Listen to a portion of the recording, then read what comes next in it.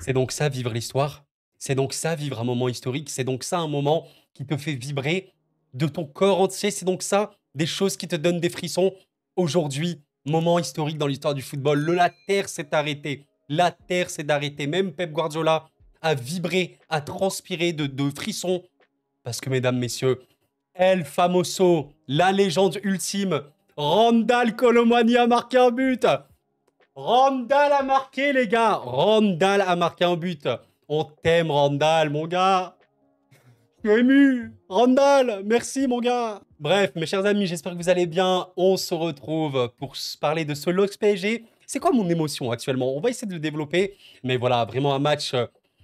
Waouh, c'est toujours extrêmement compliqué d'affronter le LOSC à Lille, à Pierre-Mauroy. Il me semble, hein, vous me dites si jamais je me trompe, mais il me semble que l'an passé, la saison dernière, le LOSC n'avait pas perdu à la maison. Je crois que c'était la seule équipe de Ligue 1 qui n'avait pas connu la défaite à la maison. Parce que même Marseille et le PSG avaient perdu, je ne sais plus. Mais voilà, c'est pour dire, c'est très très très compliqué de les battre. Et voilà, si vous êtes supporter du LOSC, soyez fiers hein, de votre équipe. Vous avez largement, et j'insiste là-dessus depuis plusieurs saisons, ça se voit encore plus depuis ces 2-3 dernières saisons, une des meilleures équipes de France.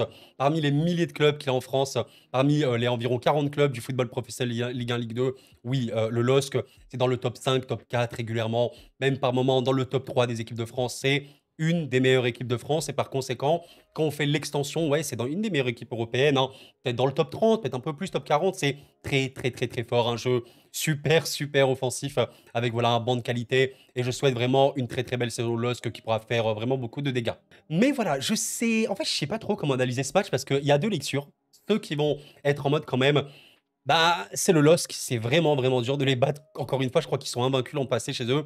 Battre le LOSC à la maison, c'est une chose. Arriver à le faire avec la manière, c'en est une autre. Et oui, le LOSC allait avoir des occasions, encore heureux. Sinon, le football, voilà, on est sur FIFA, on joue au mode facile ou quoi, enfin, je sais pas, bref, et on gagne comme ça. Mais non, tu vas jouer le LOSC. Ce LOSC-là, une équipe aussi offensive qui peut te faire beaucoup de dégâts en transition, en contre, etc. Bon, c'est normal que le LOSC ait des occasions. À la fin, si on regarde les stats de base, le PSG a 60% de possession, ce qui est relativement faible hein, vis-à-vis du PSG, qui a souvent des matchs à 67, 68, 70, même plus pour cent de possession. Il y a eu une seconde période, on va y revenir un petit peu après, qui a été plus compliquée. Voilà la compo de base, évidemment, on la connaît. Et sinon, au niveau des tirs, bah, on voit quand même que le PSG a bien tiré, a bien cadré. Notons quand même que Chevalier, je pense que vous êtes d'accord, a fait un vrai, vrai bon match, un Chevalier, donc le gardien lillois. Mais voilà, le LOSC a eu des vraies occasions. Je serais intéressé de savoir les expected goals de ce match-là. On regarde les XG, voilà, ici, expected goals, donc les buts attendus, on voit quand même que le PSG a 2,62 d'XG, ce qui est vraiment, vraiment beaucoup. Et le LOSC a 1,31, mais il faut savoir que le penalty est compté dedans, et il me semble qu'un penalty, c'est 0,80 XG de mémoire. Ouais, voilà, effectivement, je viens de retrouver. Là, vous voyez que le penalty est considéré donc 0,79 XG, on peut arrondir à 0,80. Du coup, vous pouvez enlever 2,62, enfin 0,80 à 2,62. Donc, en vérité, ça fait plutôt 1,8 XG environ. Donc, 1,31 contre 1,8, ça signifie quoi? Ben, littéralement, les occasions plus ou moins tranchantes qu'il y a eu. Ben, mine de rien, c'est assez équilibré. Encore une fois, tu enlèves ce penalty. Les deux équipes ont eu à peu près des occasions. On voit quand même que le rapport de force globale bah, il est côté PSG sur à peu près tous les trucs. Donc oui, le PSG était quand même plus fort, même à l'extérieur, et il faut quand même le noter. Et je tiens à dire aux supporters parisiens qui, évidemment, il y a des problèmes, nous allons l'évoquer, et je pense quand même qu'il faut se dire un truc, c'est que arriver quand même à faire un tel match contre une telle équipe à l'extérieur, c'est extrêmement positif. Et c'est pour ça que la nuance que j'ai envie d'apporter, bien sûr qu'il y a eu des problèmes, mais tu as fait un match d'homme. Tu as vraiment, vraiment, vraiment fait un énorme match. Déjà, quand tu termines la première période, tu es en mode waouh, quand même, waouh. Là, vraiment, j'étais à la fin de la première, j'étais quand même en mode. Tu sens que ce PSG, avec le temps, avec voilà les années tout qui vont suivre, quand ça continue, si ça continue comme ça peut être quelque chose d'assez dingue. Mais bref, sinon, voilà, pour revenir à la performance globale, il y a eu un match plus compliqué du PSG à partir du moment où certains joueurs sont sortis, à commencer par Neves qui a vraiment été un peu voilà ce médiateur du tempo, bon, avec Vitinha hein, qui était surtout dans ce rôle-là. Il y a eu quand même 5 changements, hein, voilà. Ruiz, Doué, Kang-in Lee et Randal Colomwani sont entrés, et également Mayulu, un très très très très jeune. Mais globalement, on a toujours vu, vous savez, ce PSG-là. Pour ceux qui voilà, n'auraient pas encore bien saisi comment joue ce PSG, c'est très très simple. Étouffer l'adversaire un maximum. Faire en sorte que l'adversaire n'existe pas. Alors, C'est sale, hein, comme vision, enfin c'est sale. C'est quand même affreux pour l'adversaire de se dire que, ben, potentiellement sur un match, je n'existe pas et c'est le but du PSG. C'est littéralement pour ça que bosse Enrique. Plus l'adversaire ne peut pas jouer, mieux c'est. Et factuellement, c'est vrai que le football, vous savez, il y a beaucoup, beaucoup, beaucoup de manières de voir les choses. Il y a beaucoup de philosophies, de coachs différents, enfin, plein de plans de jeu possibles. Et c'est quand même dur de se dire, bah, quelle est la meilleure manière de jouer? Parce que même quand tu as le ballon, tout le temps, tout le temps, tout le temps, c'est bien, mais quels sont les points un peu faibles? Chaque système, chaque animation, chaque jeu, chaque plan de jeu, hein, a des défauts. Quel est le défaut un petit peu du fait de tout le temps jouer la balle, la balle, la balle?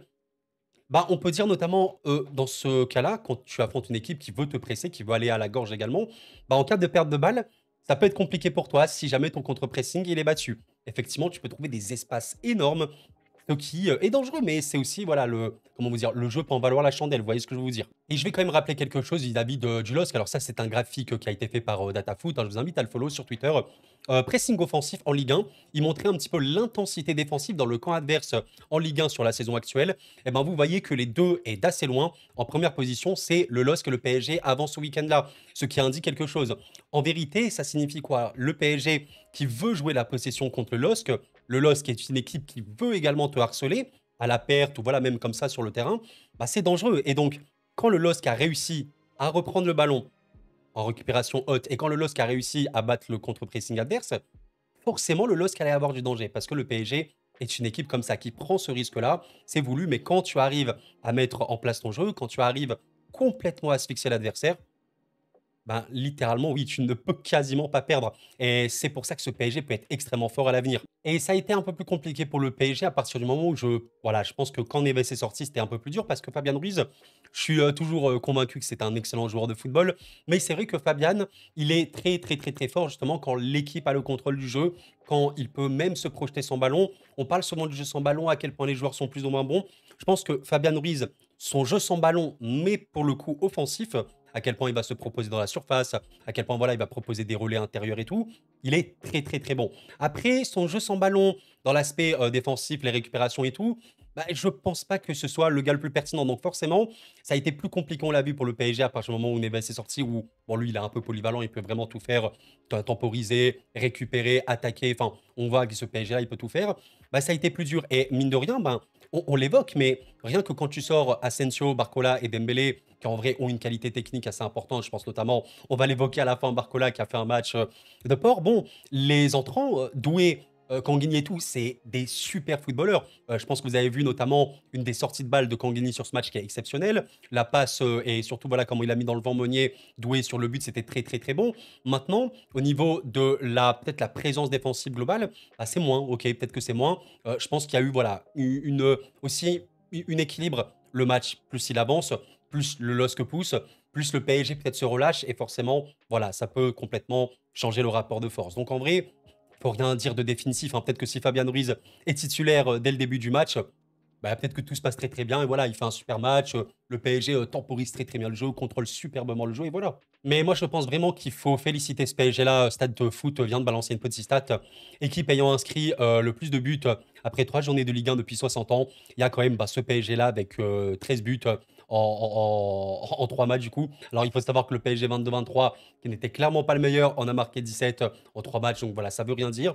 Mais de ce qu'on a pu voir sur les 3 premiers matchs, ben, c'est un PSG qui a, en tout cas en tant que collectif, a largement progressé. Je ne peux pas vous garantir que le PSG de la ligne dernière, contre ce LOSC-là, avec cette physionomie-là, il gagne. Ou même, j'allais dire, il ne perd pas ce match-là. Il y a un monde où le LOSC remporte ce match-là parce que voilà, le collectif est ultra important. Et c'est un PSG équilibré. Et à la perte, on a énormément de harceleurs, entre guillemets. Là, il y a vraiment l'ensemble de l'équipe qui, à la perte, bah, est forte, honnêtement. J'essaie de voir ça. Même les offensifs, Asensio, en tant que faux neuf, voilà, il peut complètement dézonner, aller partout.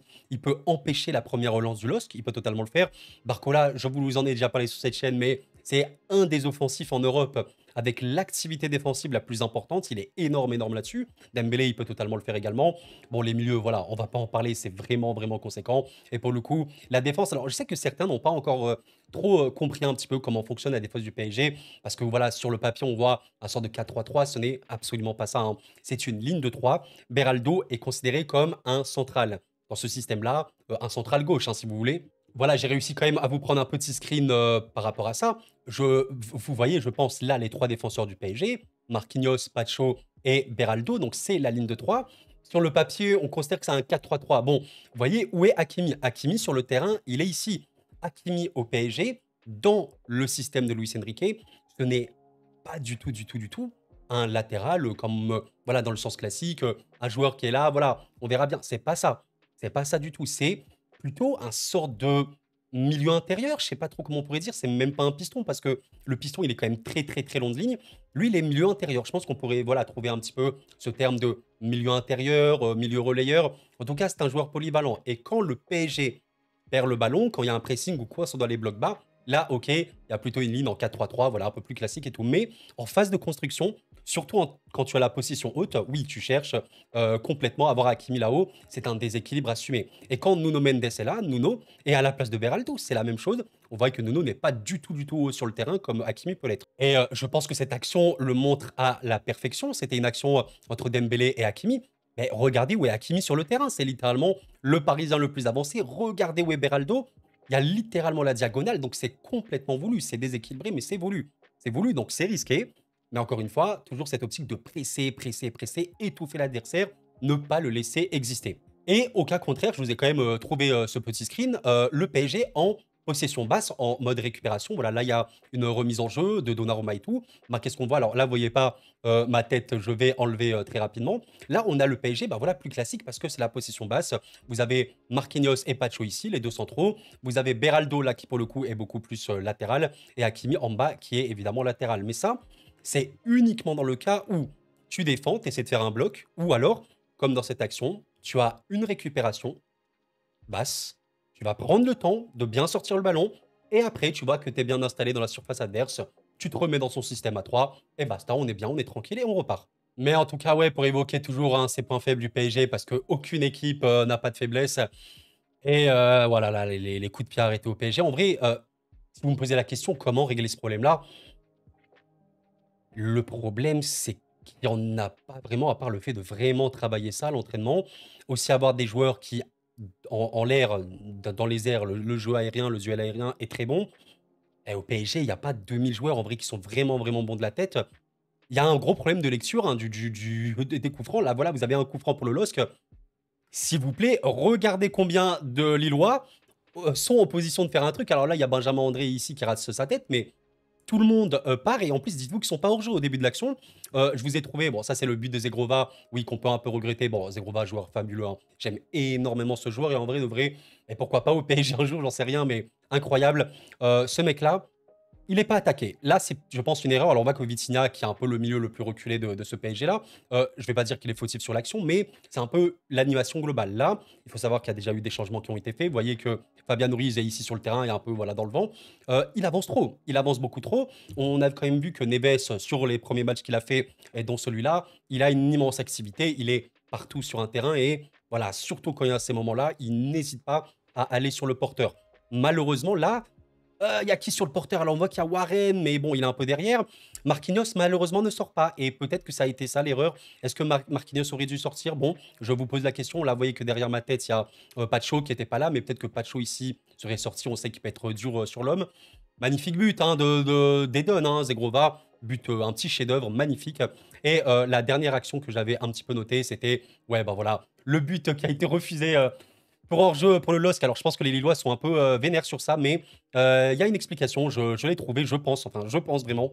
Alors, en tout cas, là, quand je revois sur le screen, au début, j'ai pas trop compris parce que voilà, il semblerait quand même que voilà, le pied de Thiago Santos, il me semble que c'est lui, bah voilà, il est quand même en position légale, enfin licite. Mais en fait, il faut voir le ballon. Le ballon ici, tu vois, le pied là-bas, donc le pied en fait est un peu avancé. Je sais pas si c'est beaucoup, je pense que c'est quand même quelques centimètres. Bah, vous savez, voilà, aujourd'hui, on refuse des hors-jeu pour quelques millimètres. Donc bon, quand c'est un petit peu quelques centimètres, c'est fini. Mais voilà, le LOSC a très très bien rebondi. Il faut pas être inquiet. Partez du principe que le football, c'est pas un jeu vidéo. On n'est pas en mode 90 minutes, tu contrôles tout. C'est pas possible. Il faut aussi respecter les adversaires. Il faut considérer les équipes qui bossent bien. Le LOSC bosse ultra bien. Il y aura très très peu d'équipes, honnêtement, qui pourront faire du mal au LOSC, je pense, en Ligue 1. Il y en aura hein, quelques-unes. Mais faire du mal comme ça, sur autant de temps, enfin le PSG, je pense, à gérer le LOSC, 1 heure, 70 minutes, enfin, honnêtement, à la maison, à Lille. Ah, il faut considérer ça, les gars, honnêtement. Je comprends, hein, voilà, entre guillemets, le relâchement. Pour moi, c'est entre le relâchement et aussi le loss qui a vraiment poussé, qui est fort. Pour moi, c'est un mix de 2 et voilà, les changements forcément qui t'offrent un peu moins de maîtrise.